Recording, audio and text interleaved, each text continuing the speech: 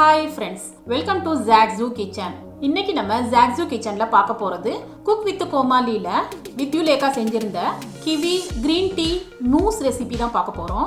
இந்த mousse செய்யிறதுக்கு cook பண்ணணும்னு அவசியமே இல்ல. பிகினர்ஸ் கூட ரொம்ப ஈஸியா செஞ்சிரலாம். நீங்க kiwi ஃப்ரூட்க்கு பதிலா உங்களுக்கு ஃபேவரட்டான எந்த ஃப்ரூட்லனாலும் நீங்க இந்த mousse தாராளமா செய்யலாம். இந்த மூஸோட டேஸ்ட் பார்த்தீங்கன்னா ஐஸ்கிரீம் சாப்பிட்ற டேஸ்ட் இருக்கும். வாங்க ஃப்ரெண்ட்ஸ், இந்த டேஸ்டியான kiwi green tea mousse recipe எப்படி செய்யுதுன்னு பார்க்கலாம். ஃப்ரெண்ட்ஸ், இந்த வீடியோ உங்களுக்கு பிடிச்சிருந்ததுன்னா லைக் பண்ணி ஷேர் பண்ணுங்க. சப்ஸ்கிரைப் பண்ணாதவங்க சப்ஸ்கிரைப் பண்ணி வச்சுக்கோங்க. இந்த வீடியோ உங்களுக்கு பிடிச்சிருந்ததுன்னா வீடியோக்கு ஒரு லைக் கொடுங்க ஃப்ரெண்ட்ஸ். ஒரு பவுல்ல 1/4 கப் தண்ணி சேர்த்துட்டு அகர் பவுடர் 1 டீஸ்பூன் சேர்த்துக்கணும். இதோட ஸ்வீட்னஸ்க்காக 2 டேபிள் ஸ்பூன் பவுடர் சுகர் சேர்த்துக்கணும். இதை நல்லா கலந்துட்டு ஒரு 5 மினிட்ஸ் மட்டும் இதை தனியாக எடுத்து வச்சிடலாம். 3 கிவி ஃப்ரூட்டை தோல் சீவிட்டு இந்த மாதிரி பீசஸாக கட் பண்ணிக்கணும். இப்போ கட் பண்ண கிவி பீசஸை மிக்சி ஜாரில் சேர்த்துட்டு தண்ணி சேர்க்காம இந்த மாதிரி ஃபைன் பேஸ்ட்டாக அரைச்சி எடுத்துக்கணும்.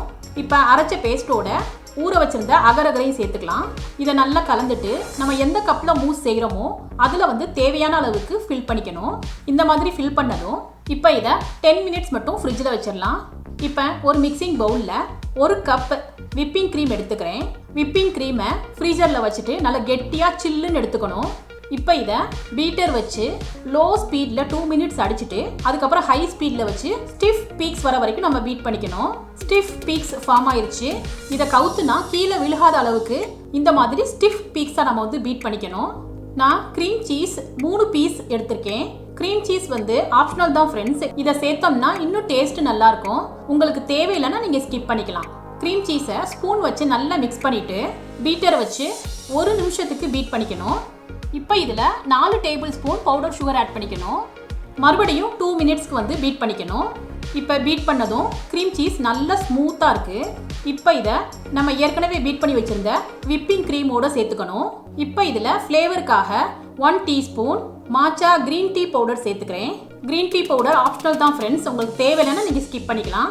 நம்ம ஏற்கனவே அரைச்ச கிவி பேஸ்ட்லேருந்து 3 டேபிள் ஸ்பூன் மட்டும் இதில் சேர்த்துக்கிறேன். இப்போ இதை 2 to 3 மினிட்ஸ் மட்டும் பீட் பண்ணிக்கலாம்.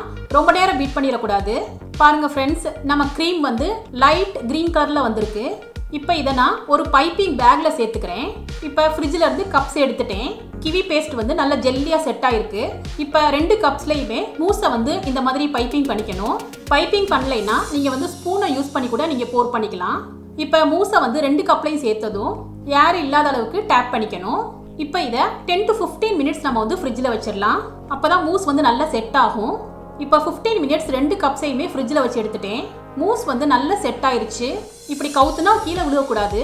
இப்போ கொஞ்சமாக கிவி ஃப்ரூட்ஸை பீசஸாக கட் பண்ணி 2 கப்லையுமே மேலே டாப்பிங் பண்ணிக்கிறேன். இப்போ பிளேட்டிங் பண்ணிடலாம்.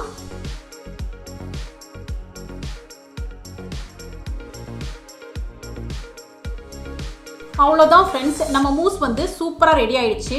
நல்ல சில்லுன்னு ஃப்ரூட்ஸோட சேர்த்து மூஸ் சாப்பிட்றப்போ டேஸ்ட் அட்டகாசமாக இருக்கும். கண்டிப்பாக ஒரு தடவை ட்ரை பண்ணி பாருங்கள் ஃப்ரெண்ட்ஸ். இந்த டேஸ்டியான kiwi green tea mousse recipe உங்களுக்கு பிடிச்சிருந்ததுன்னா நீங்கள் ட்ரை பண்ணி உங்கள் எக்ஸ்பீரியன்ஸை கமெண்ட்டில் ஷேர் பண்ணுங்கள். சுவையான சமையல், சுகமான வாழ்வு. தேங்க்யூ.